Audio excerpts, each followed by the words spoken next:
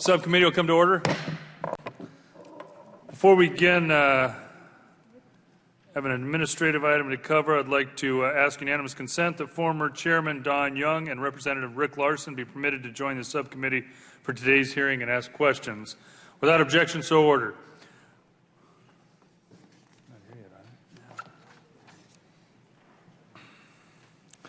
Well, good afternoon and welcome to the Subcommittee on Railroads, Pipelines, and Hazardous Materials. Our hearing today will focus on reauthorizing of the Hazardous Materials Safety Program of the Pipeline and Hazardous Materials Safety Administration, PHMSA. The current authorization was part of MAP 21, which expires October 1, 2014. Our goal is to continue the advances made by MAP 21 in reducing regulatory burdens while ensuring hazardous materials are transported in a safe and efficient manner. We have a distinguished panel of witnesses today, and it's my pleasure to welcome back once again Ms. Cynthia Quarterman, Administrator of PHMSA, as well as you know, the Transportation Committee is working on reauthorization of MAP 21, and I'm proud that Chairman Schuster's leadership on the committee is looking at addressing a wide variety of transportation needs, including the reauthorization of the Hazardous Materials Safety Programs. I look forward to the testimony and discussion today as we move forward in that process. The movement of hazardous materials in commerce is integral to our nation's health and economy. Hazmats include common everyday products like paints, fuels, fertilizers, fireworks, explosives, alcohols, and batteries that are essential to such industries as farming, medicine, manufacturing, mining, water purification, and entertainment industries. PHMSA is the agency within DOT entrusted with that mission and determines what materials are hazardous and promulgates and enforces, among others, the regulations that set forth the packaging, marking, labeling, placarding, and other requirements for the movement of these goods. Unlike other modal administrations within the DOT, PHMSA is unique in that its regulations apply across the modes, reaching to every form of commercial goods transportation. Our role is to ensure that these goods are moved in safe, reliable manner that helps drive our continued economic growth.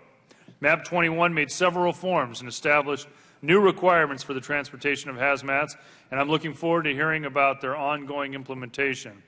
A number of these requirements were important to developing new technologies and standards for hazmat transportation, improving the data collection, analysis, and reporting of the agencies, and improving training for first responders and hazmat employees.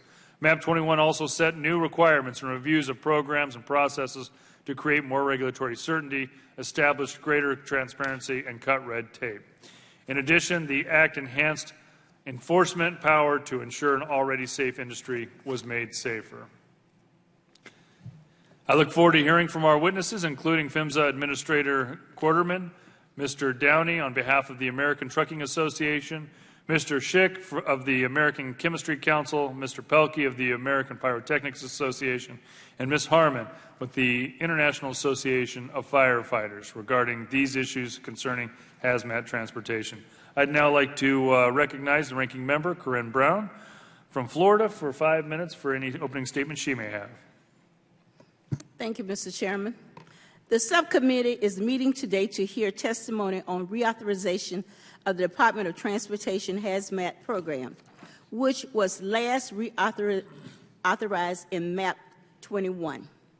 This hearing is very timely because the purpose of this program is to protect people and the environment from the risk of hazardous material transportation. In just a few weeks, on April the 28th, we will observe Workers' Memorial Day to remember those who have suffered and died on the job and to renew efforts to safeguard our nation's workers. Just 44 years ago, Congress passed the Occupational Safety and Health Act, promising every worker the right to a safe job. Since that time, many in Congress have fought hard to make this promise a reality. But our work is far from done. Many jobs hazards still exist, particularly in hazmat material transportation. Since I was first elected to Congress, one issue comes up every time we reauthorize the hazmat program: the authorizing of OSHA and DOT to protect hazmat workers. Let me be clear. The role of these two agencies play in protecting hazmat workers is crucial. Yet some in the industry have proposed to eliminate OSHA jurisdiction, claiming that there are overlaps and confusing regulation. This is not the case. DOT has regulations on packaging and on safety procedures for loading and unloading materials. On the other hand, OSHA has regulations that provide for worker safety, including noise and air quality control, emergency preparation, personal protection equipment, and hazard communications. These regulations is not new. DOT and OSHA have shared this responsibility for decades, and these regulations are critical to maintaining the highest level of safety for hazmat workers. The fact is that 12 workers die every day in our country from work-related injuries. In 2013 alone, more than 4,300 workers was killed at work. I am committed to maintaining a safe and healthy workplace for all American workers, including those in this critical industry. And I will work to defeat any proposal that would eliminate OSHA protection or hazmat workers. In my home state of Florida, we recently had several dangerous explosions involving hazmat material. In July of last year, 8 workers were in critical condition following an explosion at a Blue Ryan preparing plant that was forced an evacuation of area residents and shook houses 10 miles away. In July of 2007, a devastating explosion at the T2 chemical plant located close to my home in Jacksonville, Florida, killed 4 people and injured 32. Not only must we ensure the safety of hazmat workers, but we also need to focus on the safety of those responding to hazmat accidents, like our nation firefighters. I want to give a special welcome to the Democratic witness from the International Association of Firefighters, Elizabeth Harmon. With her help last Congress, we was able to enact strong training standards in MAP 21 for firefighters and other emergency responders and ensure continuing funding for important firefighters training program. According to DOT, more than 2 million emergency responders receive training through their program. With that, I welcome the witnesses and look forward to hearing your testimony. Mr. Chairman, I ask unanimous consent to include in today's hearing records written statement from the Transportation Trades Department of AFL-CIO and 10 labor unions. Without objection. I'd like to again welcome our witnesses here today. I ask unanimous consent that our witnesses' full statements be included in the record. Without objection, so ordered. Since your written testimony has been made part of the record, the subcommittee would request that you limit your oral testimony to 5 minutes. Mrs. Quarterman, you may proceed. Thank you for joining us. Thank you for having me. Good afternoon, Chairman Dillon, Ranking Member Brown, and members of the subcommittee. Thank you for inviting me here today to testify on PHMSA's progress in implementing Title III of the Moving Ahead for Progress in the 21st Century Act, also known as MAP 21. Safety is the top priority for Secretary Fox, the Department of Transportation, PHMSA, and all of its employees. All of us at DOT appreciate your dedication and leadership in advancing hazardous materials transportation safety. For a relatively small agency with limited resources, the staff at PHMSA works diligently to protect the American people and the environment from hazardous materials transportation incidents and have made great strides in implementing the provisions included in MAP 21. Since MAP 21's enactment in 2012, PHMSA has met or will meet more than 90% of the established timelines for the 32 separate provisions assigned to the agency. This is very significant, especially given the many challenges and emerging issues that PHMSA has faced over the same time period. including efforts to enhance the safe transportation of crude by rail, and continuing to consistently reduce the number of major hazardous materials incidents as we have done over the past 25 years. A significant contributor to PHMSA's success has been the strategy and action plan we developed and implemented to bolster compliance with hazardous materials regulations. As the transportation sector continues to evolve and become more interconnected with the international community, PHMSA has attempted to adopt smarter strategies to adapt to the challenges.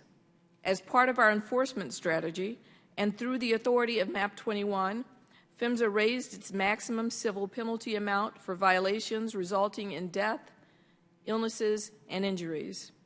In addition, PHMSA is moving forward with advancing efforts in hazardous materials research and development. Our Hazardous Materials Technical Assessment Research and Development and Analysis Program is allowing us to work cooperatively with stakeholders to identify and mitigate hazardous materials risks and to promote innovative approaches to support a safe, multimodal hazardous materials transportation system. We are also working to develop uniform performance standards for training our hazardous materials inspectors and investigators to ensure field staff continue to accurately identify instances of noncompliance and take appropriate enforcement actions. In addition to the non-regulatory efforts to improve safety I just described, PHMSA is continuing to fulfill our commitment to streamline hazardous materials regulations and processes. Since 2011, PHMSA has been reviewing and analyzing special permits to determine which ones can be converted into the hazardous materials regulations.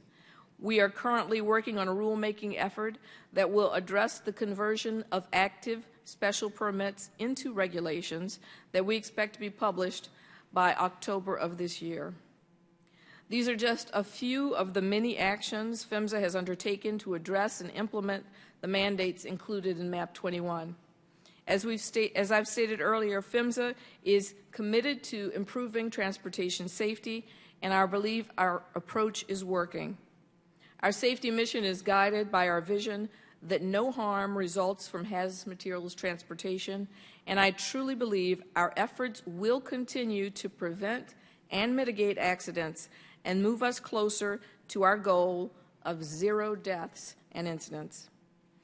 Thank you again for the opportunity to speak today. We look forward to continuing to work with Congress to safeguard people, property, and the environment from hazardous materials transportation risks. I would be pleased to answer any questions the committee may have. Thank you, Mrs. Quarterman. Mr. Downing. Chairman Denham, Ranking Member Brown, and members of the subcommittee, thank you for the opportunity to testify today about reauthorizing the Hazardous Materials Transportation Act. My name is William Downey, and I'm the Executive Vice President and Chief Security for the Keenan Advantage Group, which is located in North Canton, Ohio. We are North America's largest tank truck transporter and logistics provider to the petroleum, specialty products, and merchant gas industries. We employ approximately 9,000 people, and we're the only fuels delivery carrier with a nationwide presence. I'm testifying today on behalf of the American Trucking Associations and the National Tank Truck Carriers. ATA and NTTC are members of the Interested Parties Group and endorse their comprehensive recommendation for hazmat reauthorization. There are roughly 800,000 shipments of hazmat on a daily basis. In terms of product value, tonnage, and number of shipments, trucks move more hazmat than all other transportation modes combined. Today, I propose 3 common-sense solutions to improve the safe, secure, and efficient transport of hazmat. First, the present background screening process for a hazmat endorsement on a commercial driver's license can be reformed. Second, the proposed wet lines rule can be halted. And finally, the state hazmat permitting process can be improved. On background screening, presently, TSA-administered fingerprint-based background check is required for all hazmat CDL endorsements. This costs $86.50 in states that use TSA's contractor. but as much as $150 in states that perform the checks themselves. This security check is required for transporting all hazmat, including paint, nail polish, or alcohol-based products like perfume. None of those products pose a weaponized threat. Congress should limit fingerprint background checks to drivers transporting weaponized hazmat, also called security-sensitive hazmat. All hazmat drivers would still be required to pass the relevant safety tests as well as a name-based background check. Drivers transporting security-sensitive hazmat would also be required to undergo a fingerprint-based background check before acquiring another card demonstrating the driver poses no terrorist threat. This proposal passed the House in 2009 with bipartisan support as part of the Safe Trucker Act. To my second recommendation, wet lines are fuel loading pipes used to fill and drain cargo tanks. MAP 21 banned PHMSA from issuing any final wet line regulation until GAO studied the rule. PHMSA's proposed solution had very few benefits and high costs. Because of this and the fact that better alternatives are available, GAO recommended withdrawing the rule, but PHMSA has not done so. Instead, PHMSA has indicated their intent to promulgate a rule anyway. Given GAO's finding and PHMSA's refusal to withdraw the rule, a legislative ban is both appropriate and necessary. Finally, hazmat regulations forbid states from enacting any regulation or permit requirements that are not substantively the same as federal regulations. However, states may require motor carriers to apply for permits to transport hazmat in their states. State permits are, unsurprisingly, substantively the same as federal requirements. Carriers compliant with federal requirements will, by definition, also be compliant with state requirements. 5 states, Michigan, Nevada, Ohio, Oklahoma, and West Virginia, are currently members of the Alliance for Uniform Hazmat Transportation Procedures. The Alliance states have amalgamated their application process online. A carrier can visit the site once, provide all the necessary information through a single interface, select the states in which the carrier transports hazmat, and pay a single composite fee. States that wish to require hazmat permits should be compelled to join the Alliance. States already participate in similar programs for administering fuel taxes and processing motor carrier registrations. ATA and its members, along with the Keenan Advantage Group, support safe and secure transportation of hazmat. Hazmat regulations can be improved by reforming hazmat endorsement background check, forbidding PHMSA from issuing a final warning on the wetline rule, and compelling all states to join the Alliance for issuing hazmat permits. All three, I believe, are very common sense approaches. On behalf of the Keenan Advantage Group and ATA, I'd like to thank you for this opportunity, and I would welcome any questions from the members. Thank you, Mr. Downey. Mr. Schick, you may proceed. Good afternoon, Chairman Denham, Ranking Member Brown, members of the subcommittee. My name is Tom Schick. I'm here on behalf of the American Chemistry Council. We appreciate this opportunity to testify on reauthorization of the Hazardous Materials Transportation Act. ACC represents the leading companies engaged in the business of chemistry. Our members apply the science of chemistry to make innovative products and services that make people's lives better, healthier, and safer. I'd like to underscore the important role that the products manufactured and shipped by our members serve in virtually every aspect of our lives. The nation depends on our industry to produce the chemicals that are necessary for safe drinking water, life-saving medications, medical devices, safe and plentiful food supply, energy-saving solar panels, and much more. Our members rely on all transportation modes to deliver products wherever they're needed to get the job done, from water treatment to farms to factories. Because a number of the shipments involve hazardous materials, we work constantly with our transportation partners to find ways to build upon an already impressive safety record. Through ACC's Responsible Care Initiative, our member and partner companies are committed to continuous safety improvement in every aspect of transportation. Collectively, we've invested billions of dollars in training, technology, and equipment, and will continue to do so. We've also worked to establish a strong and successful partnership with emergency responders. For example, our members, working with other stakeholders, developed transportation community awareness and emergency response, known as the TransCare program. This is a voluntary training effort to help communities prepare for possible hazmat incidents. Emergency responders also have access to a wide range of experts through ACC's Chemtrek Center. When an incident does take place, the center provides the information on the best way to handle all types of hazmat. Chemtrek provides this service 24 hours a day, 7 days a week, at no cost to emergency responders, other callers, government, or taxpayers. We invite the members of the subcommittee and the staff to tour our Chemtech Center in Northern Virginia or attend a TransCare event. Turning to HMTA reauthorization, we believe the federal government must continue to play the central role in ensuring safe transportation of hazmat. Congress has wisely established a comprehensive national regulatory system that's administered by DOT. HMTA has worked well in making the transportation of chemicals and other hazardous materials safe for the public, for workers, and emergency responders.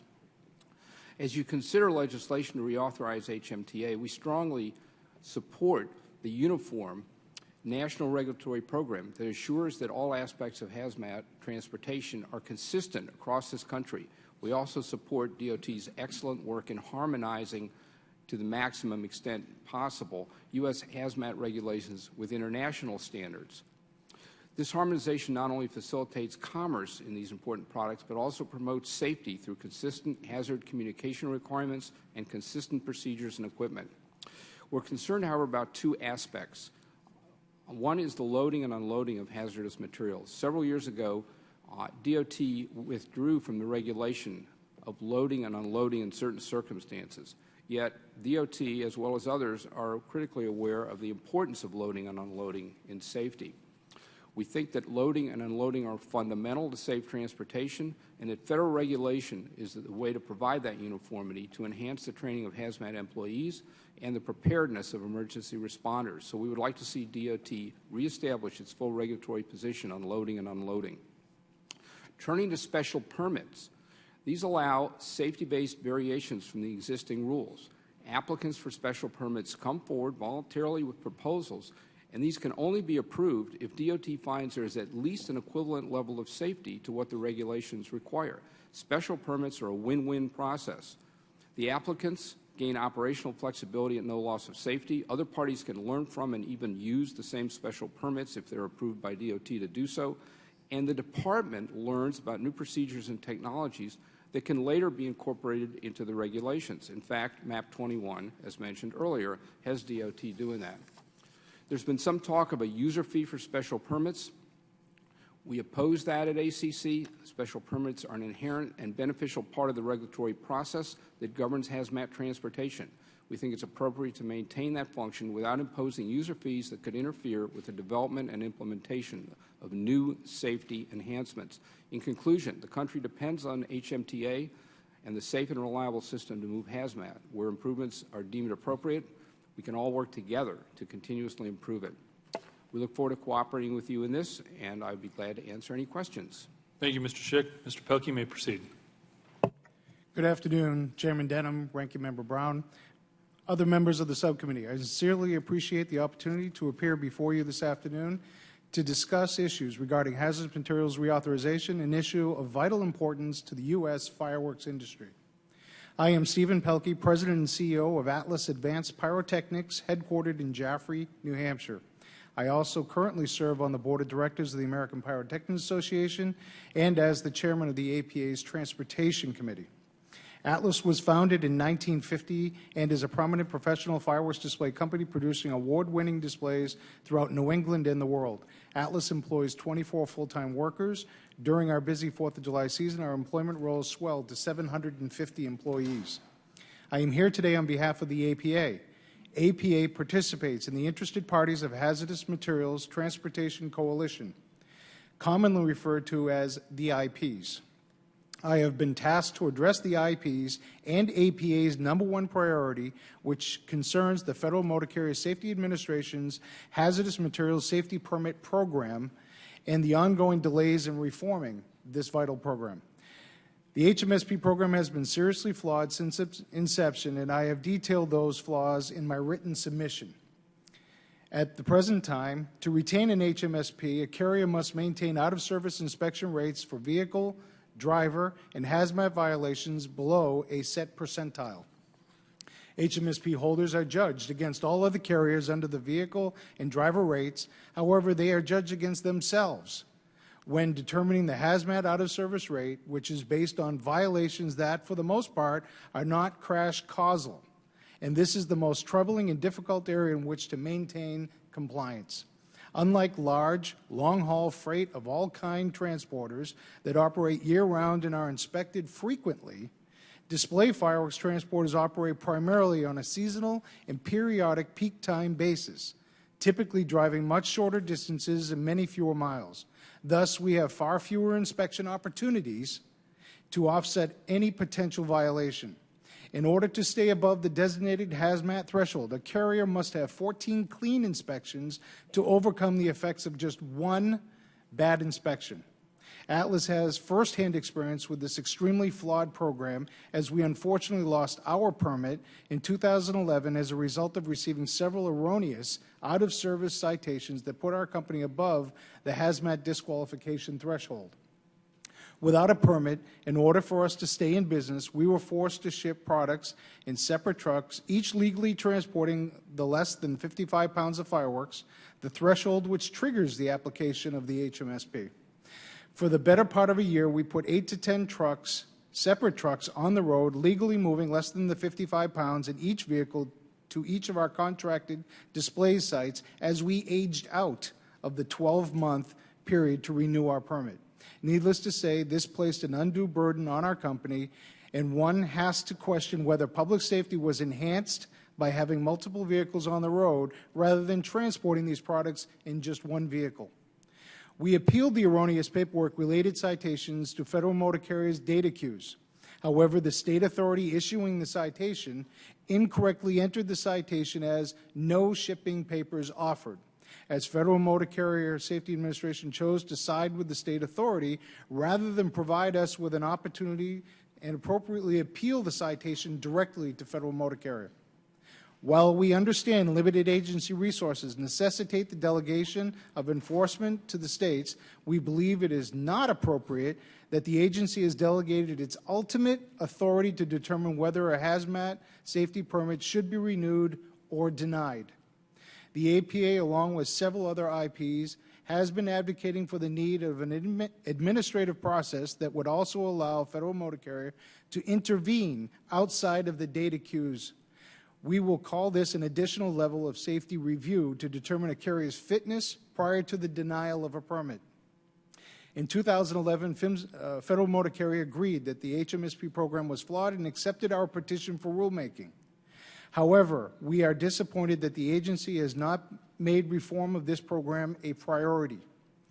While the agency's recently released assessment report to Congress recognized the need to provide a means for corrective actions and/or second level of review for carriers, the agency does not establish a time frame to address this ongoing problem.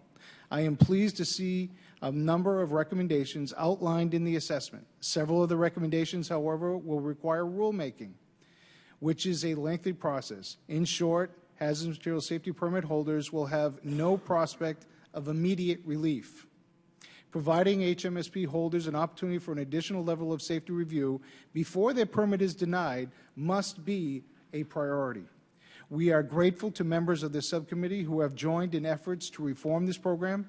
Atlas is committed to ensuring safety in the handling, transportation, and execution of our fireworks displays. Atlas and members of the APA will continue to provide safe and spectacular fireworks displays and delight and thrill America's families across our great nation. And I thank you for this opportunity to testify. Ms. Harmon. Good afternoon, Chairman Denham, Ranking Member Brown, and members of the subcommittee. My name is Elizabeth Harmon. I serve as the Assistant to the General President for Hazmat WMD Training and Grants Administration for the International Association of Firefighters. I'm pleased to appear before you today on behalf of IFF General President Harold Schaeferger and the 300,000 firefighters and emergency medical personnel who comprise our organization. Fire departments in the United States receive over 350,000 calls related to hazmat response each year. When an incident involving hazmat does occur, the individuals tasked with responding to the incident are almost without fail firefighters. Unfortunately, despite the potential for such an incident in every community in America, too many firefighters are insufficiently trained to ensure a safe and effective response. The reasons for the lack of properly trained firefighters vary, although for the most part it is simply a lack of funding. Nationwide, fire departments' funds are stretched thin, a situation which has been exacerbated by the recent recession. In tight budgetary environments, training is often among the first items to be cut. Unfortunately, the lack of adequately trained personnel in the fire service means there are significant portions of the country where first responders are not prepared for an incident. This is an untenable situation which must be rectified. We must ensure that firefighters receive the type of training that is most appropriate for emergency response. Unfortunately, of the training that's being provided to firefighters, much is provided at an insufficient level. OSHA regulations identify special competencies for employees who are engaged in emergency response. Awareness level training is intended for individuals who are likely to witness or discover hazardous substance release and notify the proper authorities, which in most cases would be a fire department. Operations level training is intended for workers who respond to releases or potential releases of hazardous substances. Their function is to contain the release from a safe distance, keep it from spreading, and prevent exposures. These regulations clearly indicate operations level training is the minimum level intended for firefighters. This is also supported by national consensus standards such as NFPA 472. Providing awareness level training to firefighters is not sufficient. There's little point in training firefighters to learn how and when to call the fire department. Unfortunately, the number of firefighters receiving awareness level training rather than operations level training is growing. Congress has begun to address the inadequacies of hazardous materials training among firefighters. In MAP 21, Congress required that all training delivered to firefighters via PHMSA's Hazardous Material Emergency Preparedness Grant Program must be at the operations level or greater. While a positive step in the right direction, training provided via HMEP represents only a tiny fraction of the training received by firefighters nationwide. Congress should explore ways to encourage states and localities to provide all firefighters with operations-level training regardless of the funding source. We must also ensure that training is provided in a manner that must be customized and incorporate real-world events. Under the HMEP grant program, the IFF has received an annual grant to train instructors to deliver hazardous materials training to emergency responders nationwide in communities of all sizes. We have also recently, due to amendments in MAP 21, begun direct delivery of training in addition to administering our Train the Trainer program. We believe our training provides the best model for training firefighters to respond safely and effectively to real-world hazmat incidents. We provide training to both professional and volunteer fire departments at no cost to them. The grant has enabled the IFF to sufficiently increase training rates in the first responder community. The IFF's unique training model provides responders with real-world training in hazmat response that few institutions can match. Instructors trained through the IFF's program deliver training directly to responders in their own communities, allowing them to tailor their presentations to address unique concerns or challenges facing a particular community, such as a specific hazmat shipping route. The IFF model also utilizes highly experienced firefighter instructors to teach us courses in a peer-to-peer setting. Independent evaluations of this training have found the programs to be cost-effective, and evaluations have found the instruction to be highly effective.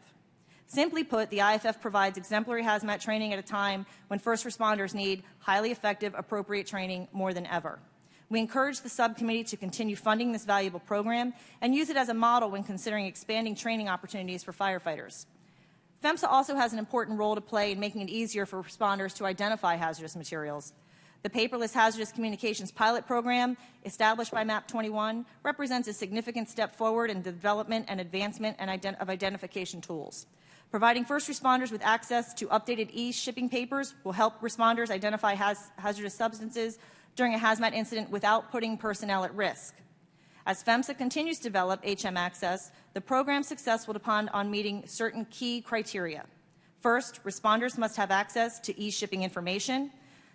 HM Access must conduct pilot tests in all forms of transportation, and PHMSA should consult with first responders, including rank-and-file users, at every step of the system's development.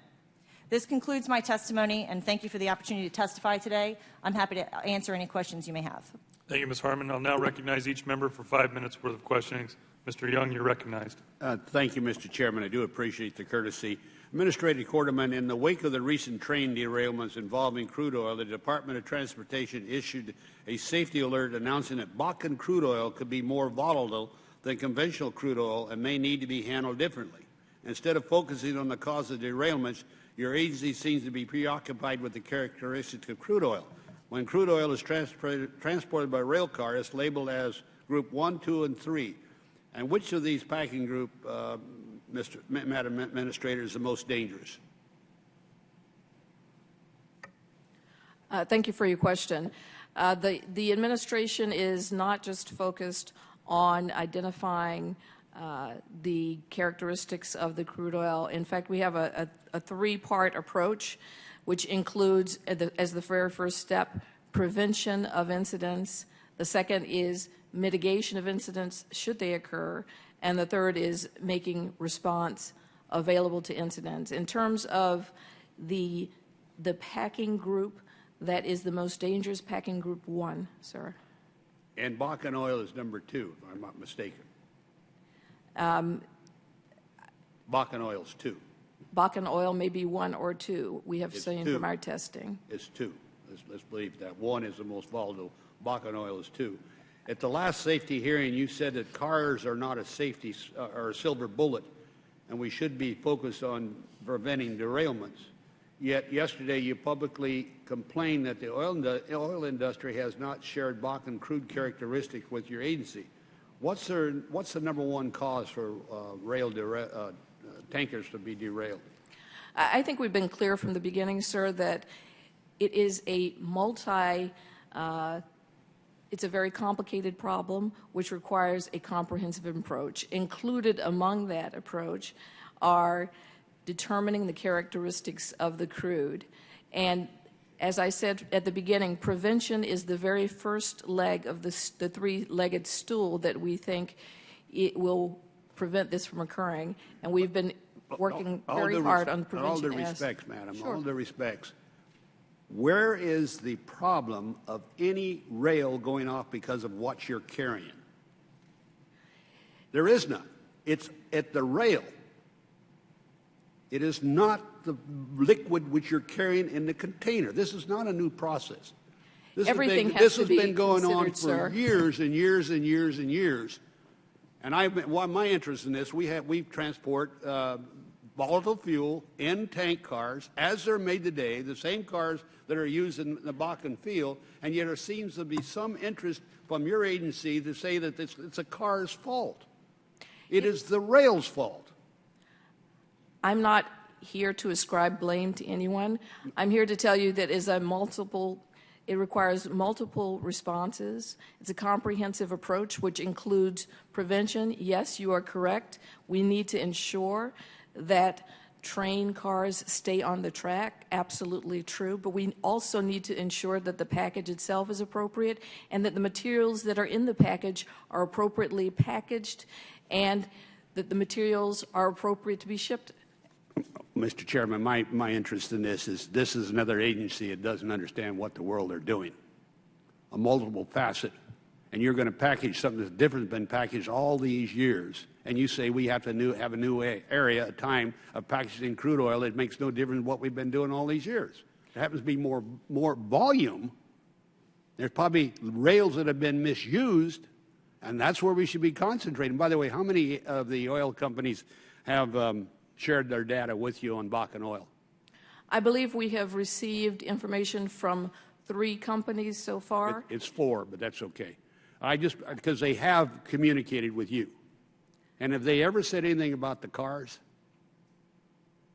I beg your pardon? Have they ever said anything about the cars? Well, as I said, I believe that there were 3 companies that provided information to us. And in terms of the cars, I don't understand your question. No, what I'm saying, have they ever said anything about the cars being inadequate to carry the fuel? Have the companies said that the cars are in that? I have no idea. No, okay. Mr. Chairman, again, what I don't want to see is an agency, okay, we're going to have a silver bullet, we're going to produce new cars, double hull, it has nothing to do with these derailments. As ex-chairman of this committee, that's what we should be concentrating on, not the other stuff. Thank you, Mr. Chair. Thank you, Mr. Young. Ms. Brown. I think we need to follow up on this discussion because the last meeting we had, AAR said the cars wasn't adequate, and they are beginning to develop additional cars. But in addition to that, it really doesn't matter if your city explodes, whether the car was at fault or whether what they was carrying it is at fault. We need to make sure that we do the multiplicity of things, including prevention. That's the first thing. But the question that I have here is that we asked the last time, and I see in your testimony that the Petroleum Institute said that they were cooperating. I need to know, have they provided you with the information that you need for the testing? And if not, what is it that we need to do to make sure that you're getting what you need, whether it's this crude, the old crude, or this new crude we're using? If it kills you, it's the same. Well, let me just say that we are working hard with all the stakeholders involved in this and asking them to come to the table and cooperate with us in terms of providing information, whether they be a rail industry or petroleum industry. We have, as I mentioned, a few companies who have come forward, and we applaud. How many companies are we talking about? We have had 3 companies provide us detailed information. We've had conversations with several companies who have provided more anecdotal information. My statement went more to the American Petroleum Institute, who has not provided any individual information on that. They have, however, come forward to put together a working group to look at classification piece and try to come forward with the standard, and we appreciate that assistance.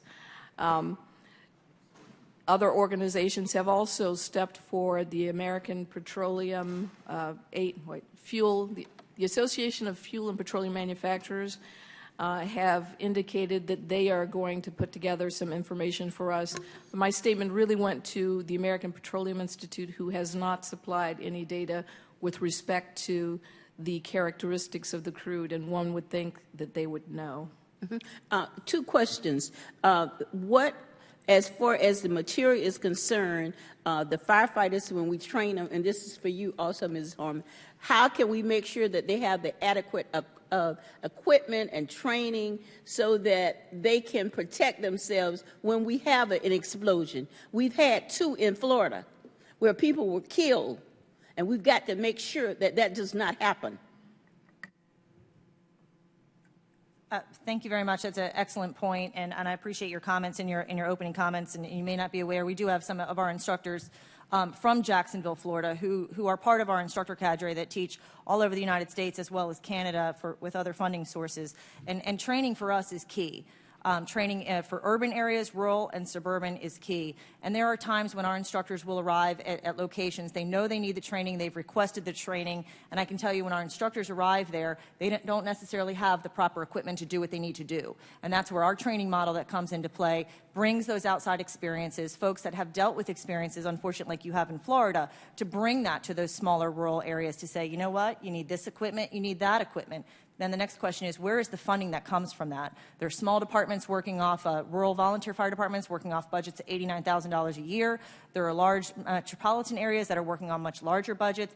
But the key to this equipment is true operations-based training, which at times is your basic firefighting equipment and a whole lot of water. Sometimes foam is at play in some of this, but if it's a running a liquid that's going, foam's not going to eventually help that. So our instructors will help guide those departments where they need to go. Ms. Quarterman, you mentioned in your testimony, or the last time, there are grants available. How do you let the community know that these grants are available for training and to educate the community?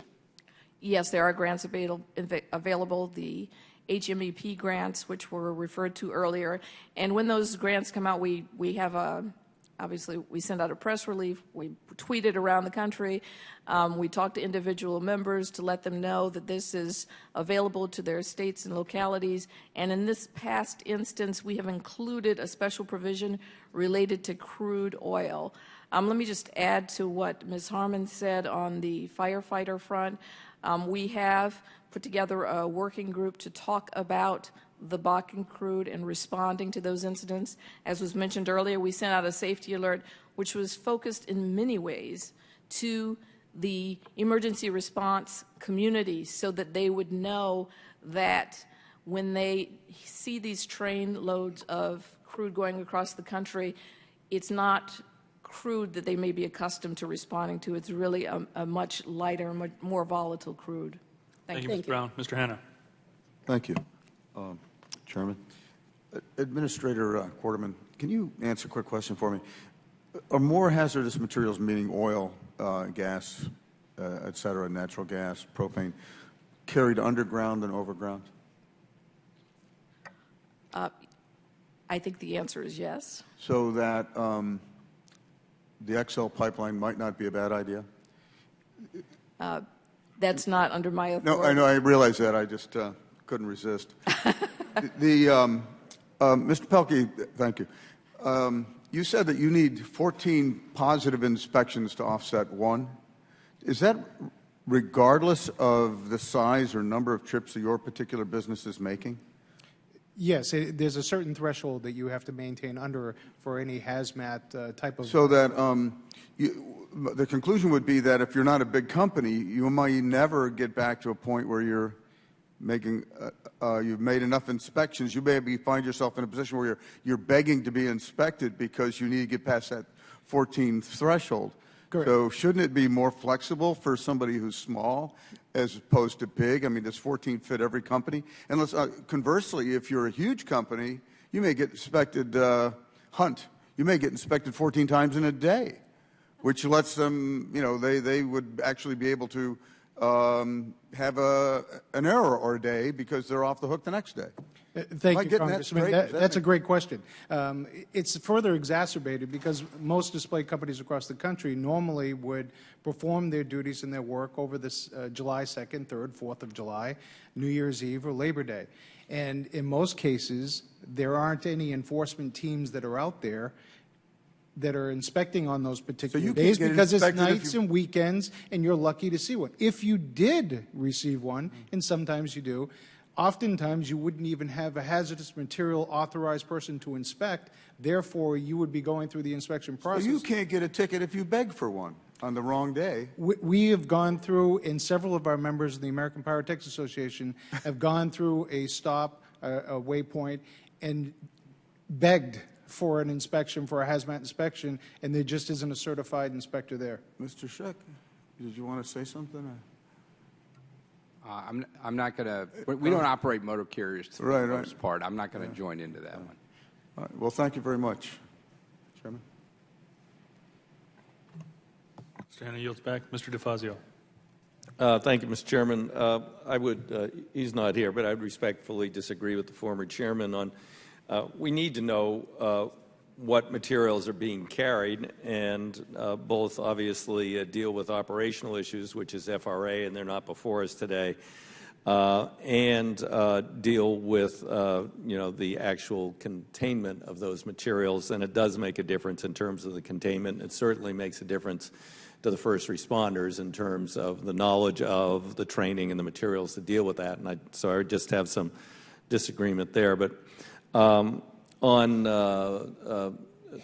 Administrator, on the February 26th, we held a hearing, and as you might remember, we had some discussion. I was trying to find out about a potential date for rulemaking for the new tank cars. I'm wondering what the current status is. Have you completed your work? Is it at the Secretary's office? Is it down there with the trolls at OMB, or where is it? We have made great progress since I last testified before you. Mm-hmm. We have a, shall we say, a draft in circulation. So we are working very hard and hoping to move that rule out very soon. Can we just go back to what very soon might mean? Not to belabor my point from the last hearing, but I'd like, here's the deal. We have one major rail company looking at making a huge investment. Whether or not they will have a safe harbor if they go ahead with their improved tank car, whether or not other people will buy the AAR version, or whether or not people will try and make the 111s safer, depends upon both the rule you put forward, what it proposes, and what conditions it puts on the existing cars. No, I agree with that, and we've been having ongoing conversations with those folks as well. So we know that commitments are being considered, and that's why we're working as fast as we possibly can to get a rule out. Okay, so I'm not going to get much further with that. There's another issue which I actually was surprised. I've been on the Aviation Committee for a very long time, and I had no idea that the lithium batteries are nominally the jurisdiction of PHMSA, but have been delegated to FAA. And I would note that I think we're 8 years or so into a rulemaking, which I hope doesn't happen with tank cars. Can you give me any idea about what DOT is doing to harmonize our standards with those of ICAO, which would seem to be reasonable to me? Absolutely. Yes, it is actually our rulemaking, and we are responsible for hazmat no matter how it moves, as well as operational issues related to hazmat in different modes.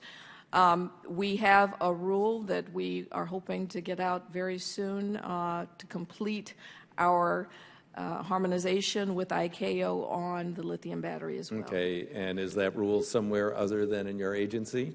It is. And would it be down at OMB? I think it's all public where it is. Is it there? Is it? I mean, you can Yes, tell it me is. yes or no. Yeah, Yes. I can find it. Yeah, okay.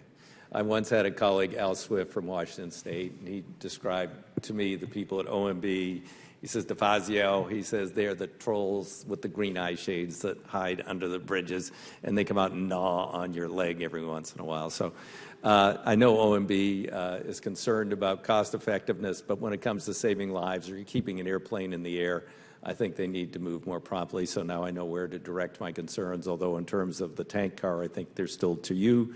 In terms of lithium batteries, it's to OMB. Thank you, Mr. Chairman. Ms. Quarterman, the GAO report on the safety of wetlands raised significant concerns with the accuracy of the data and found that the costs and benefits were not accurately presented in the proposed rule. Yet PHMSA refuses to withdraw a proposed wetlands rule. Do you plan on withdrawing the proposed rule, and why or why not? Let me just say for my friends at OMB who work really hard on our issues that, that they are supportive, I think, of safety as well. On your question on wetlands, we are in the process of reviewing the results from the GAO study to determine, they were critical of our regulatory evaluation, determining the costs and benefits associated with the wetlands rule. So we're still in the process of reviewing that, looking at the data that we have associated with that, looking at the recommendations that they gave to us about how we might improve that data. And then we will determine whether we withdraw the rule or move forward with it. Whether we do either, we will certainly want to improve the safety of wetlands, whether it's through a rulemaking or something else. My colleague, Mr. Downey, mentioned that there are other options available. I welcome him to come talk to our staff about ways that we might improve wetlands in the future. So just to be clear, you do not disagree with the GAO report? They drew some conclusions about our analysis, our cost-benefit analysis. We're going back to look at their recommendations and try to improve that, and then we'll make a determination on how to proceed. Thank you. What's your timeline on that? We don't have a timeline that I'm aware of at the moment. The next few months we'll be looking at that. This is something you intend on either making a recommendation one way or another within the next couple of months? Yes. We've been a little busy recently. Thank you. Mr. Downey, you expressed concern about the wetlands rulemaking. How would you propose that PHMSA use its resources were it to withdraw its proposed rulemaking? Thank you. With the GAO report, but also the independent evaluation that was done, our position is that we can take the dollars that would be required to retrofit our trailers or buy new trailers with some type of device that would evacuate the wetlands and put those dollars through training or other types of technologies that would prevent accidents, such as anti-rollover stability equipment. Thank you. Mr. Schick, you're supportive of PHMSA's regulating loading and unloading of hazardous materials. What are the benefits of PHMSA's doing so, and specifically, will it help the preparedness of emergency responders? Mr. Chairman, we're totally supportive of that. As I said in the written testimony, they had somewhat withdrawn the application of their authority, which they pretty clearly have. We think that's primarily for the operational safety and operational efficiency of the shippers and the consignees who do the loading and unloading and are present when that happens. It's important for safety for everyone that the same kind of activity, say the same unloading conducted with the same equipment from the same, let's say, cargo tank, be under PHMSA's jurisdiction, so they have oversight over everything. It should not matter whether the person doing the unloading happens to be the employee of the trucking company or happens to be the employee of the consignee. I think since that happens mostly on site, it's primarily for those kind of operations rather than emergency responders.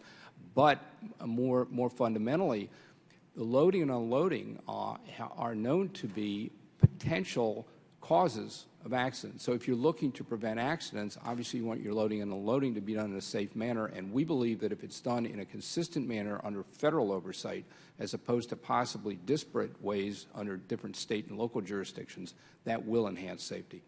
Thank you. And can you also explain the concerns you have with imposing further costs on special permits and approvals of applicants? Yes, I can, sir. As I said in the testimony, the special permit actually comes from parties. It could be shippers or carriers. It can be government agencies who are in the role of a shipper, for example, that have come up with a new way to do something. But they know full well it does not fit under the current written PHMSA regulations. So they come forward, they acknowledge that, they make a presentation to the agency evaluates it. It cannot proceed to grant a special permit unless it's shown to be at least as protective as what the rules apply. If it passes that test, and it can be put into place by the applicant who gets the special permit, other parties who do the same thing can also use that, and the agency in effect gets research and development. They get new ideas brought to them, and they get to look at them, and then over time they can move those into the regulation. So everyone benefits. Thank you. Ms. Napolitano.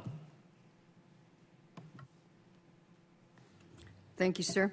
Ms. Quaterman, what steps are being taken to ensure the safe, secure shipment of chlorine and other toxic gases? The railroad companies recently partnered with DOT and TSA to put in place procedures to further improve the safety and secure shipment of the gas. Could you share some of those procedures quickly? I would have to get back to you on the record. Would you report that back to us? Yes, absolutely. Thank you. Mr. Schick, you were talking about the training of loading and unloading. That's a real serious issue with me. I have one of the largest quarters of rail transportation and truck transportation in my area, and I visited some of the places where they build the double wall for chemicals. My concern is that we are providing training at one of the local university colleges for firefighting and Coupa and hazmats, but are we training them in the proper procedures of loading and unloading? I don't believe, ma'am, that the firefighters would be doing the loading and unloading. I'm talking about the loading that happens at the production site and the unloading at the receiver site, right, rather than what might happen. If there's a spill, the firefighters have to come in and help clean up, do they not? If it's outside of transportation, there certainly could be called in certain circumstances. If it happens during transportation, obviously it's out in the public space, and it's a different issue, I think, in that sense. But again, I think the loading and unloading itself is not done by the emergency responders. The National Transportation Safety Board a number of years ago took a very close look at this back in 2001. This was at the time when PHMSA was in the process of drawing back its regulatory authority. And the NTSB said in no uncertain terms that they're not convinced that if RISPA, it was then called RISPA, Research and Special Programs Administration, as PHMSA today, relinquishes its regulatory authority over hazardous materials loading, unloading operations, other federal state agencies would be able, they're concerned whether they would be able to exercise the necessary safety oversight of these very specific areas of transportation. That is why we at ACC support, and I believe the large interested parties community generally supports, the reestablishment of loading and unloading as primary functions under DOT's jurisdiction, and not to leave it to disparate points of view. Another aspect from industry is if someone is involved in that at a plant site, if they're going to be transferred and have a job opportunity elsewhere within their corporation, it would also be helpful. It's not a safety issue, but it would be helpful not only for the company, but for the personnel to be able to go somewhere else and have the same rules apply. But are the chemical companies required to report on-site accidents of loading and unloading? I would, I think I will ask Ms. Quarterman, who is here. I think that when the carrier is present, the carrier files a 5800 report, which is the report for the unintended release of hazardous materials. I think when it happens without the carrier being present, even as I said, with exactly the same process and equipment, I think you may be having PHMSA deprive itself of exactly that kind of knowledge. Ms. Quarterman? If there is a loading and unloading incident that is associated with transportation, then yes, it would be reported on the 5800 report. Okay, thank you. And Ms. Harmon, how much placarding information should be displayed on the rail cars carrying the material? And is this important to the local folks to be able to know what's being transported? Thank you for your question. Yes, it's absolutely critical that we understand what is being placarded. Your first responders that arrive to a scene of an incident like that, their job is defensive operations, not just to recognize, but also to prevent any further damage to the community, whether they have to dam and dike, they've got to notify the community, they've got to look up that particular item in the ERG book and figure out if there needs to be some sort of evacuation, how far that needs to be. So yes, it's absolutely critical that we're able to know what is in that container. Where should be the best place for displaying of such material that is being transported? Right in the public view of where those are located now. In addition, if there is an incident and that is an obstructed view, the shipping papers are critical for us as well. Well, that question had come up in the past because there have been some instances in my area in years past, and there was no way of getting to the cab, to the front of the locomotive. And so there was a question about what was inherently being carried, because the placarding was not sufficient. Right. And the key for us, worst case scenario, I mean, obviously the placarding needs to be there for us. The shipping papers need to be there for us. Even if when we move into an e-shipping electronic world, that shouldn't replace the paper shipping papers for us. There's always a way for us to go back to the basics. It's critical for firefighters. But if we cannot view those, it's going to be treated as any other flammable liquid until additional resources arrive. Thank you, Mr. Chairman. Ms. Esty? Thank you, Mr. Chairman. I'm really glad we're having this hearing today. Just last year, we had one of these chemical spills in Fulton Park in one of my cities in Waterbury, Connecticut. And again, the issues Ms. Harmon has raised about the preparedness of those who arrive at the scene and often do not know what they're encountering and have to make life and death decisions immediately for a community. So I want to drill down a little bit more into some of those issues. So Administrator Quarterman, does PHMSA currently have a system that can collect and analyze hazardous material incident data collected by emergency responders? We do not have the data that is collected by emergency responders. We do require reporting by anyone who has an incident, and we have that data which we correlate. We have had conversations. My deputy is actually a former fire chief, and he's had conversation with several different firefighting organizations about what data they do collect and the extent to which we might get some of that data and integrate it with ours, because we actually collect data not just for us, but for all the modes who have involvement in hazmat. So is there a reason we don't have a system that as a regular course of business collects this data? It's an ongoing conversation. Part of it has to be attributed to resources. All right. And following up on that, Ms. Harmon had expressed concern about that whatever systems are developed, that they need to be accessible 24 hours a day, and whether there's paperwork there or not. What provisions, if any, is the agency looking at? And in PHMSA, what's in place now to ensure that electronic communications are accessible in these dramatic incidents? Might be 2 a.m., chaos is reigning, somebody's trying to look at a sheet of paper and determine what these substances are and what they should do. Currently, paper is the only thing that's available. We are in the process of putting together a pilot to do electronic reporting for movement of hazardous materials. We actually had a session last year, including, most importantly, emergency responders, because we view their opinions as paramount in terms of how do we move from paper to electronic, to what extent do we need paper. So that's an ongoing conversation. Obviously, when we have a pilot, hopefully this year, that will be a part of what we want to learn, a big part of what we want to learn, make sure that things move smoothly. For Ms. Harmon, I know that the National Fire Protection Agency estimates that 65% of departments that are responsible for responding for hazmat do not have formal training. What can we do in Congress? What can we do to address that? And obviously, as we're seeing, as you can tell by the questioning about Bach and Crude, we expect there are going to be more transportation within our borders on these issues. What do you recommend that we in Congress ought to be looking at? It's resources, obviously, some of that, but if it's just up to grants, I've got to tell you, I represent 41 cities and towns. Some of these towns are 4,000 people. And if we're leaving it up to the volunteer firefighters in Goshen, Connecticut to know that there's funding available someplace in a grant application, maybe that their 100 volunteers will get life-sustaining training, I don't think that's acceptable. I don't think that's acceptable for our communities. It's not acceptable for our volunteers who put their lives on the line. So what should we be doing on the congressional level? Well, not the answer you want to hear, but continued funding is key for us. I mean, training is key. The training is out there. There are multiple modes of training deliveries. There are fixed facility training. We are proud of the portable delivery training model that we bring. We have a strong demand for training right now. There's a wait list for classes that we can't even get to.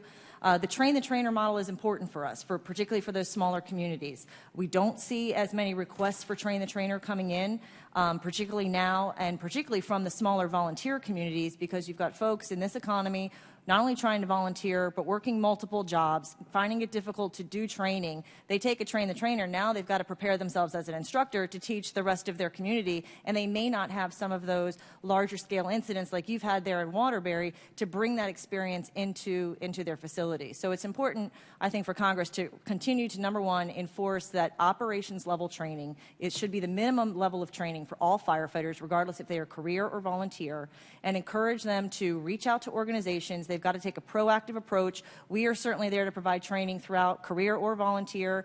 There's other funding sources that are there. There's online training modules that we offer. The resources are there, but it takes a level of effort to also get that. Also, if you could quickly give us your advice on gear, what sort of gear they ought to be looking at having. Gear is critical. I mean, your traditional turnout gear for firefighters, which is your firefighting ensemble, a self-contained breathing apparatus is key. A lot of water, a lot of hose. There's been a lot of discussion about foam and foam caches set up. You know, large-scale incident, I don't think any large jurisdiction isn't going to have enough foam to put out any of these. So it's really the traditional firefighter that you see now, if you were to call 911 and showed up here, is the same firefighter that's initially going to show up on a scene like that in their regular turnout gear. Thank you. Thank you, Mr. Michaud.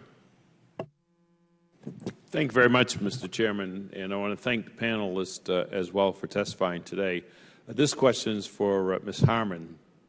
As you're aware, last summer with the train wreck in Lake Mechanic, the severity of that wreck, and since then, several of my colleagues and I have advocated for multiple person crews on freight trains, particularly those carrying hazardous materials or meeting trains carrying hazardous materials. We believe that this is a public safety issue, and that the FRA actually believes it is a safety issue as well. And if you look at past rail accidents, there are many incidents of multiple person crews being able to mitigate the damage by separating the train from the burning cars and being able to work with first responders. My question to you is, could you share with us your thoughts on how having multiple crew members on hazmat trains could improve safety and interaction with first responders? Sure. We believe that multiple crews are crucial for us to get the response done appropriately and efficiently.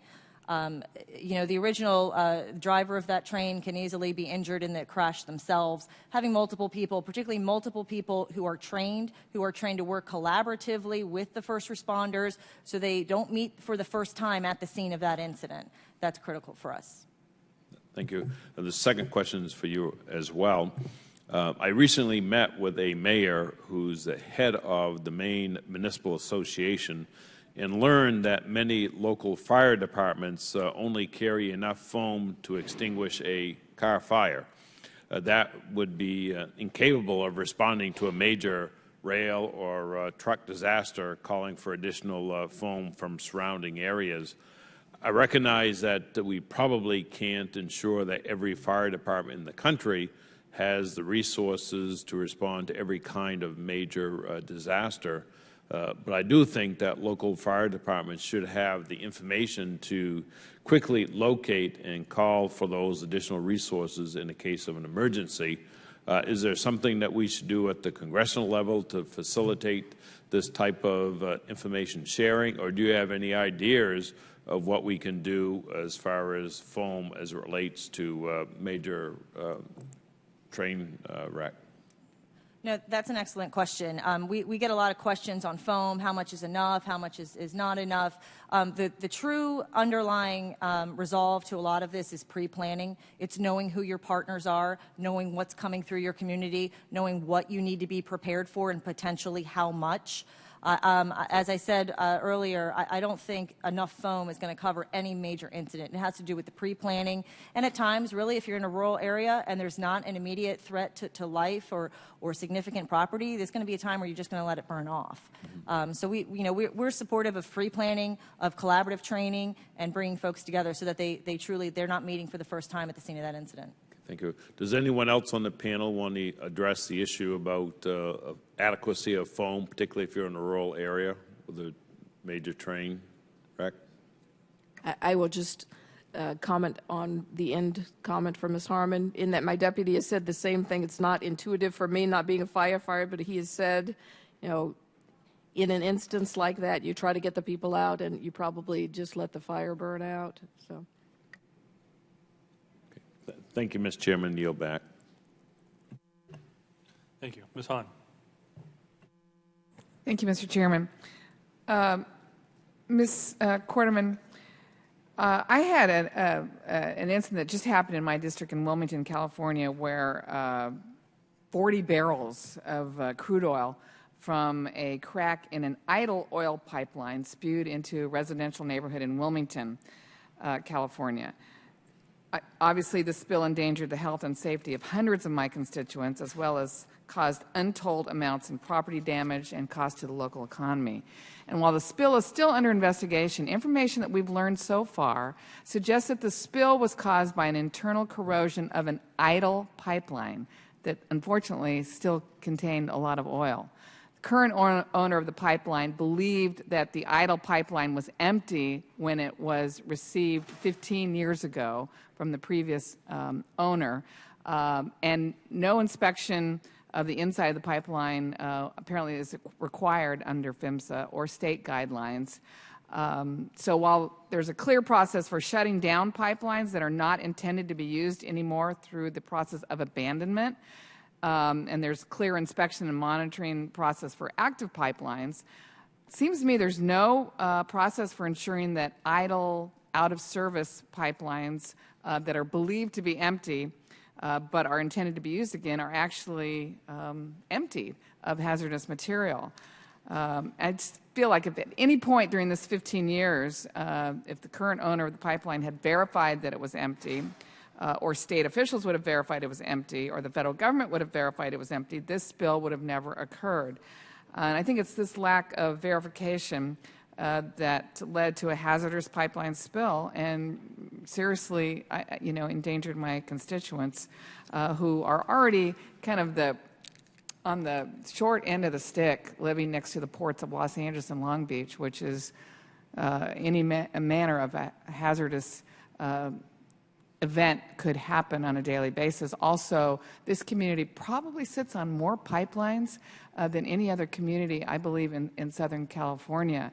So am I not understanding it properly? Is there a process for any kind of verification of an out-of-service idle pipeline versus an active or abandoned pipeline? And if not, why not? And is this a loophole that we should try to close? Well, as you know, this current situation is under investigation, so we can't really talk about the details of that situation. But you are right that My understanding is that the pipeline was idle as opposed to abandoned.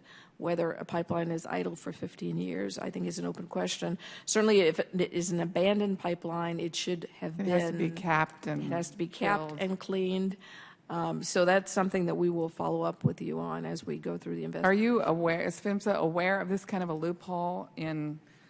It's the first time I've heard anything about this before, so Right. we'll look I into just it. think it's might need to look at how we verify. It's all a simple verification of a pipeline that has been deemed idle or out of service, particularly when they acquire it from another company. There was no third-party verification that, in fact, it was empty.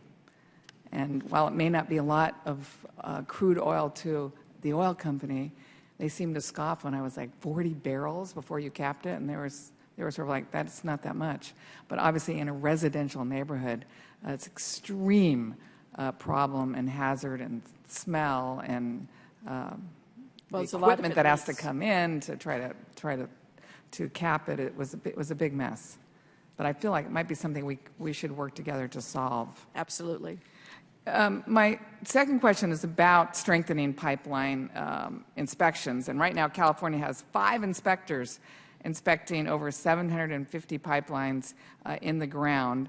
Additionally, in accordance with PHMSA guidelines, companies and not the actual inspectors themselves are in charge of conducting inspections of pipeline.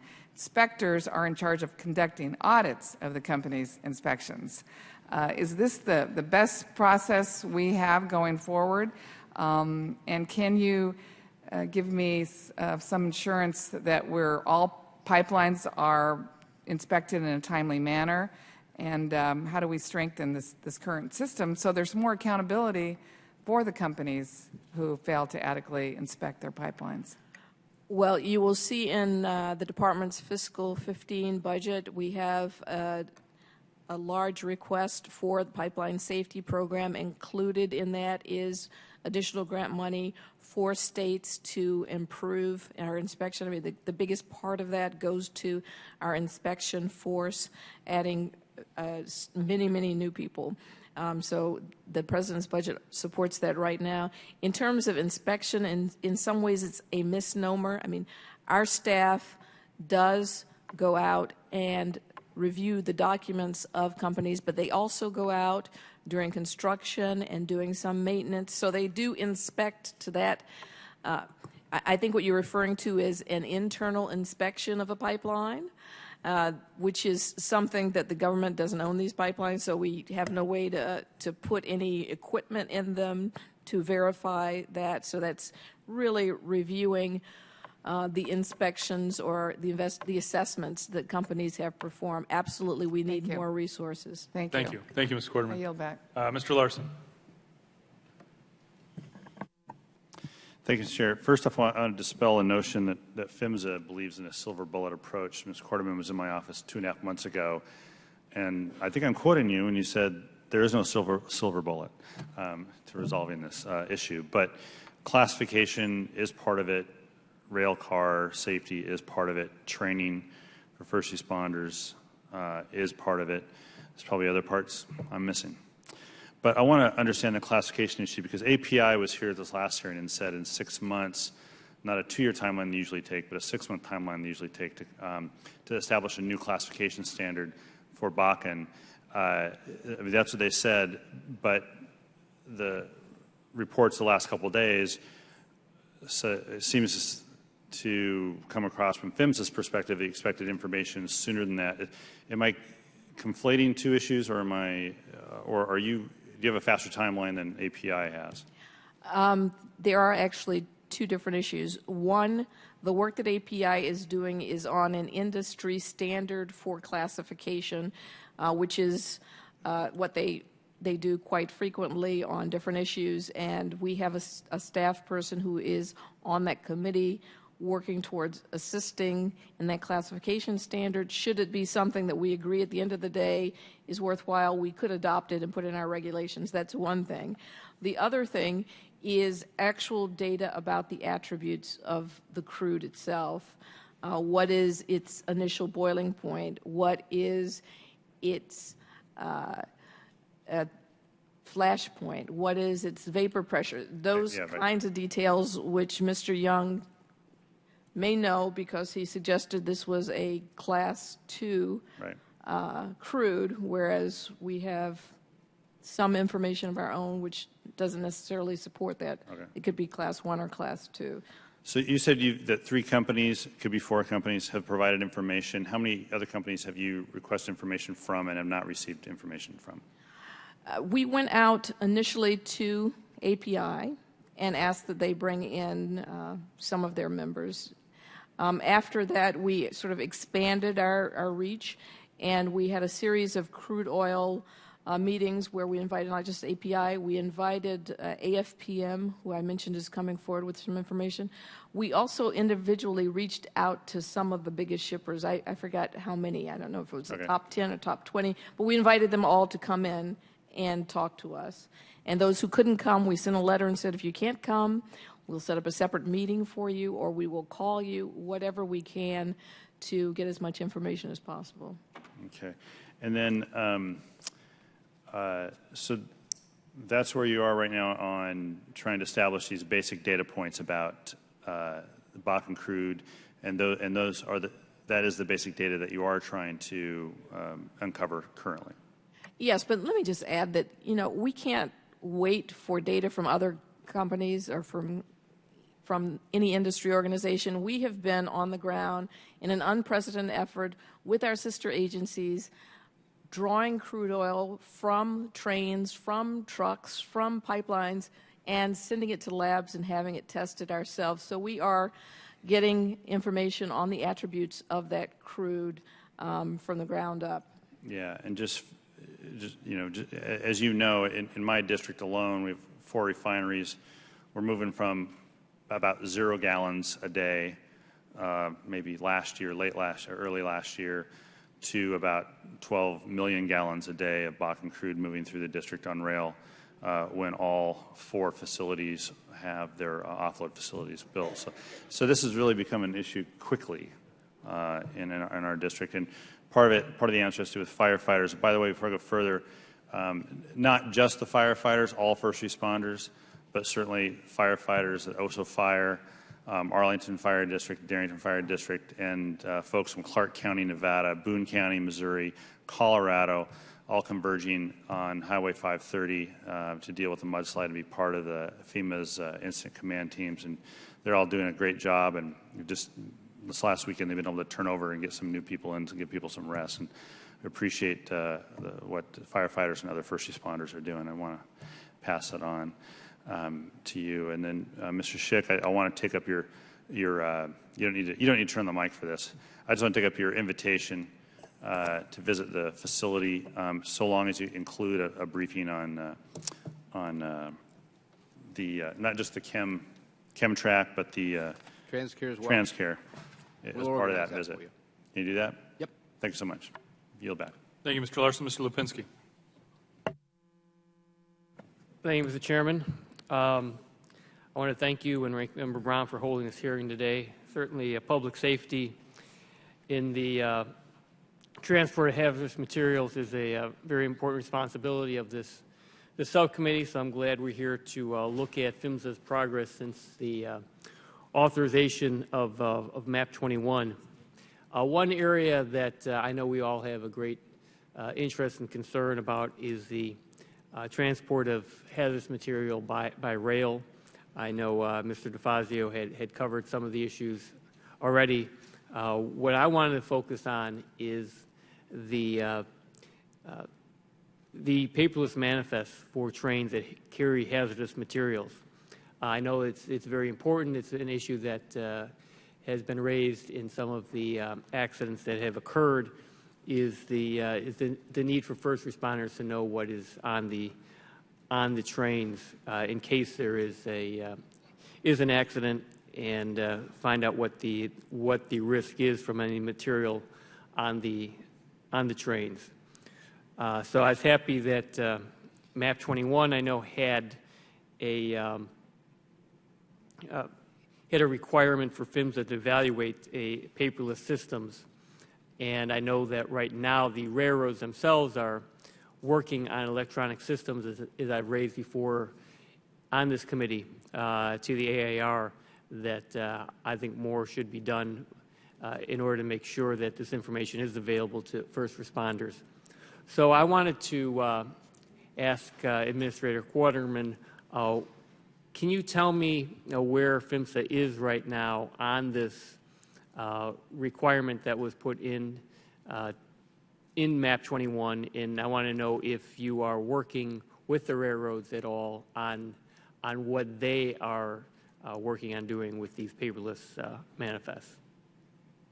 We are working with all constituents. I mentioned earlier we had a workshop, I would say July of last year, and included the emergency responders and all of the modes to talk about use of this electronic format.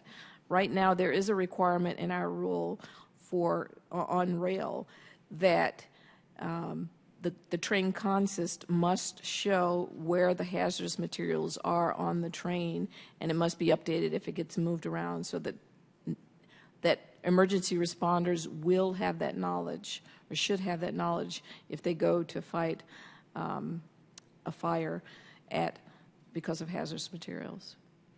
And do you anticipate PHMSA issuing any further regulations in this space, in rail or any other?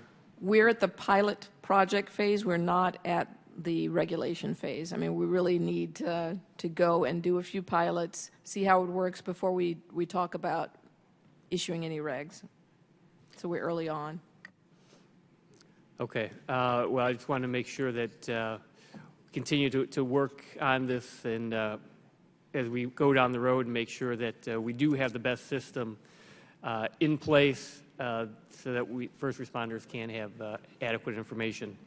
And with that, I will yield back. Thank you. Thank you, Mr. Lipinski. Ms. Brown. Thank you. Ms. Quarterman, this is a yes or no question.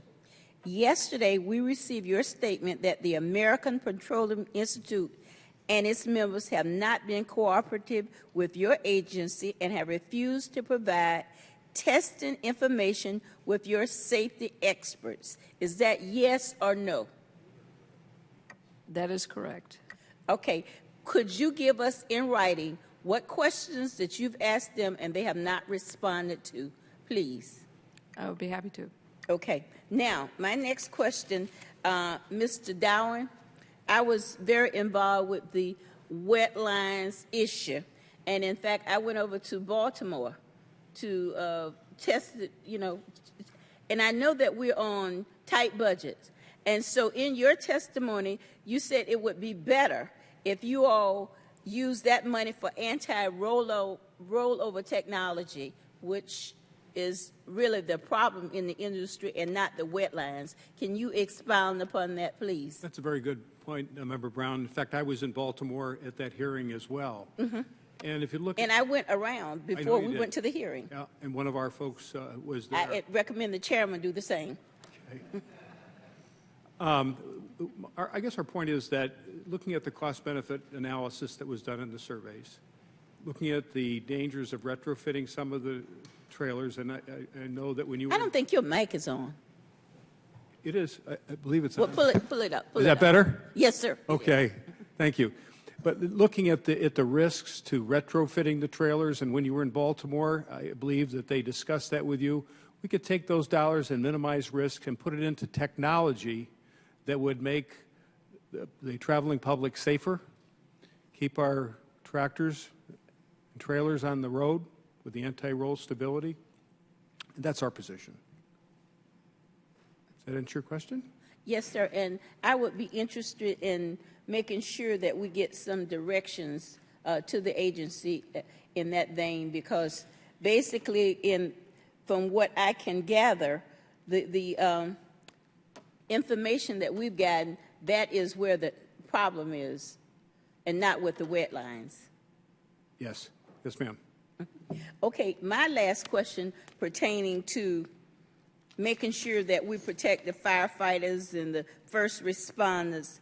And do the firefighters have the gear to respond to the hazmat incidents, and I'm particularly concerned about the crude oil, ethanol, and the lithium batteries. And those batteries, I understand, could play a major part when it comes to airplane crashes and other things. The traditional gear that firefighters are going to be wearing, donning and doffing as they show up to these scenes here is your traditional turnout gear. That's your initial response. Your typical firefighter that's coming in here in their bunker jacket, their bunker boots, and their pants with their suspenders and their self-contained breathing apparatus, gloves, a lot of hose, a lot of a lot of water. Your second set that's coming in are definitely going to be going more into the hot zone. Those are your technicians. Those are your specialists. So that gear that's out there, we believe right now is sufficient. That's out there. There's new technologies coming out every day. We stay abreast of that, and there's a cost that comes to that. So we're always watching that to see, how is this going to be afforded? How are these skill sets going to be acquired? But the gear that is there now, so long as the fire departments have the minimum level of what they need and the training that they need to respond in an operational capacity, they should be pretty well set to go. Ms. Quarterman? Yes. You want me to answer the same question about gear? Yes. Yes, we agree that it's important. We would have to look at our grant language to ensure that it's something that we could fund through our existing HMEP grant program, the extent to which we can fund it. Is it possible to let the members know when the grant applications are available? We'd love to. We can make sure our communities know about it? Absolutely. Because if you don't know, we will you're saying that make you sure put you it know. in the Federal Register? We put it in the Federal Register, but we realize that not everybody reads that, so we've been and some tweeting small it. communities don't have a person that is looking for that all the time. Yeah, we try to do a press release as well, but we will absolutely let the members know. Thank you. Thank you, Mr. Chairman. Thank you, Ms. Brown. Ms. Hahn. Thank you, Mr. Chairman. Ms. Quarterman, one of the other issues I have been dealing with for a long time, even before I came to Congress, is that I have a facility, Rancho LPG tanks, which are located in San Pedro. I think they were built in 1976, aging facilities. They can hold up to 25 million gallons of LPG. I've been trying to get them moved or shut down for as long as I can remember. They're on private property, so I'm struggling with what to do, but the threat of leakage and vaporizing and igniting, and it sits next to a soccer field, an elementary school, residential neighborhood. So just have two things on that. One, in 1986, I guess Congress passed the Emergency Planning and Community Right to Know Act, EPCRA.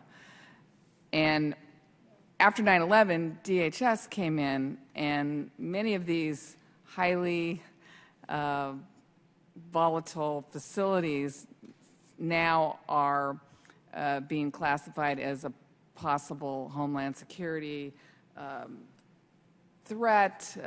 Attack on one of them obviously could produce the same effect as a natural disaster. So now that has superseded EPCRA. So now I believe a member of the community has to go downtown to their fire department, look at documents in secret, not allowed to take out copies of those documents. So it really has undermined, in my opinion, a community's right to know the kinds of hazardous materials and threat to their livelihood that exists in their community. Is this something that you feel like we should do a better job of balancing? Is this something maybe you and Jay Johnson could have a conversation about?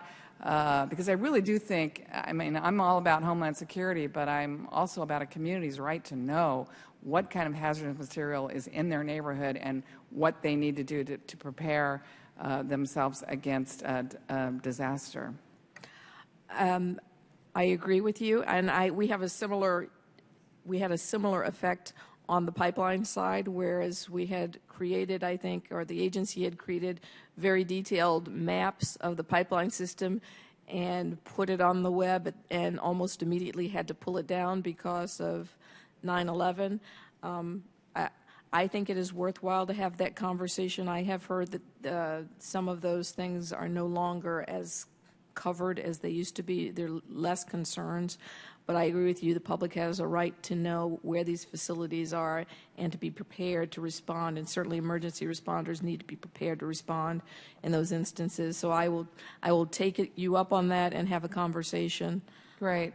And maybe even there's a compromise in how they, besides going downtown to a fire department and looking at documents in secret, is there a compromise there?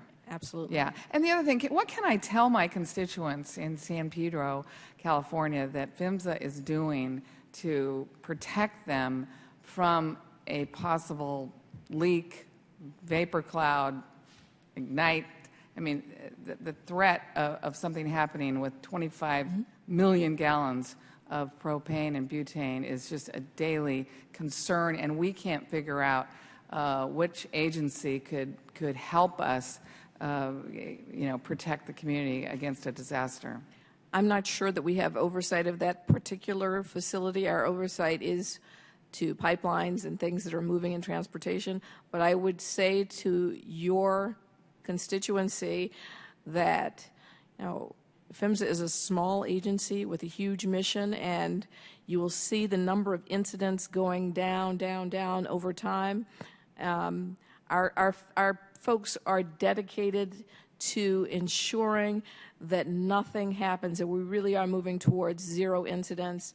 So walk around every day. This facility actually has a rail line now, and yes. so this product is moving in and out. Moving by rail. So most of the time, nothing happens. We're all surrounded by pipelines, by trucks moving hazardous materials, by trains, every moment of the day. So we're talking about an infinitesimal possibility of something going wrong. I mean, really considering the amount of product I don't think it makes them sleep better at night. I know. Well, if you'd take a look into this facility and the rail cars for me, I'd appreciate it. Absolutely. Thank you, Mr. Chairman. Thank you, Ms. Hahn. Mr. Cummings.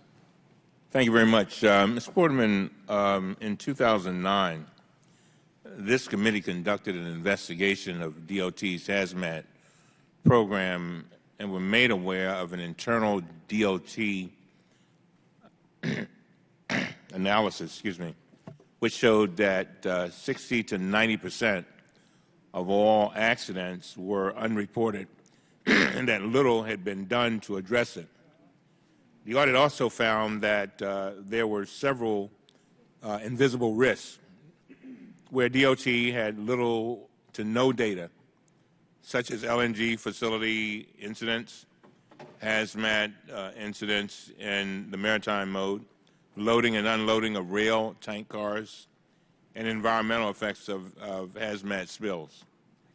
4 years later, in September 2013, the GAO reported that DOT's incident data is still significantly flawed, raising concerns for what should be a data-driven agency. What is DOT doing to improve its hazmat data, particularly data on accidents and incidents?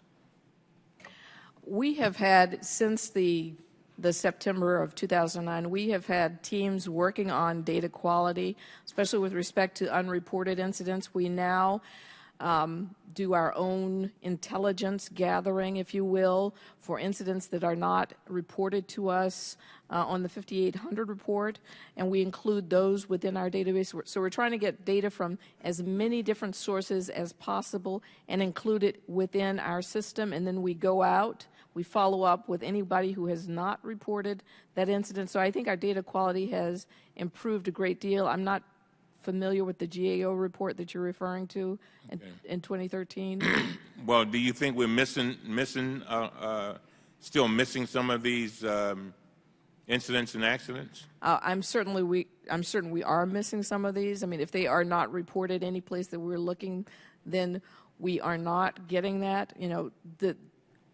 We have very recently completed a data report about how we might do even more to clean up our data and make it better, but it's a resource-intensive exercise, and we need more resources to be able to continue to make our data better. We put in place a IT modernization program as part of the response to that 2009. We have had only small pieces of that funded. So it's an uphill battle, but I think we are doing a good job at cleaning up the data. Well, in your testimony, you indicated that pursuant to MAP 21 legislation, PHMSA adopted a new rule on April 17, 2013, to remove the maximum penalty for a violation of hazardous materials rules, and to raise from $75,000 to $175,000 the maximum penalty for a knowing violation and a violation resulting in death, serious illness, or severe injury to any person or substantial destruction of property.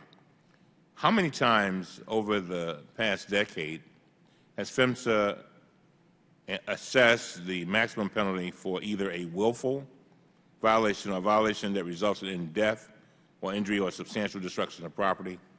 And how have any of such penalties been assessed since the enactment of the new rule? I would have to go and get that data for you. I can tell you that our penalty authority has gone up, and for the first time, I think in many, many years, we also revised our penalty guidelines, which sort of circumscribe how much the penalties are. In my view, the penalties are still extremely low, but I will provide that record for you, that answer for you for the How soon record. can you get that to me? We should be able to do it in a week or so. Chairman, I yield back. Thank you very much. Thank you, Mr. Cummings. I want to thank each of our witnesses for their testimony today. If there are no further questions, I'd ask unanimous consent that the record of today's hearing remain open until such time as our witnesses have provided answers to any questions that have been submitted to them in writing, and unanimous consent that the record remain open 15 days for any additional comments and information submitted by members or witnesses to be included in the record of today's hearing. Without objection, so ordered.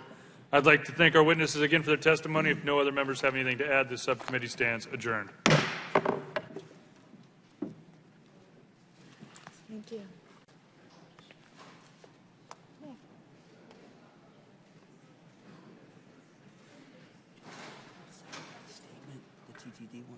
Oh, there's like 11 of them.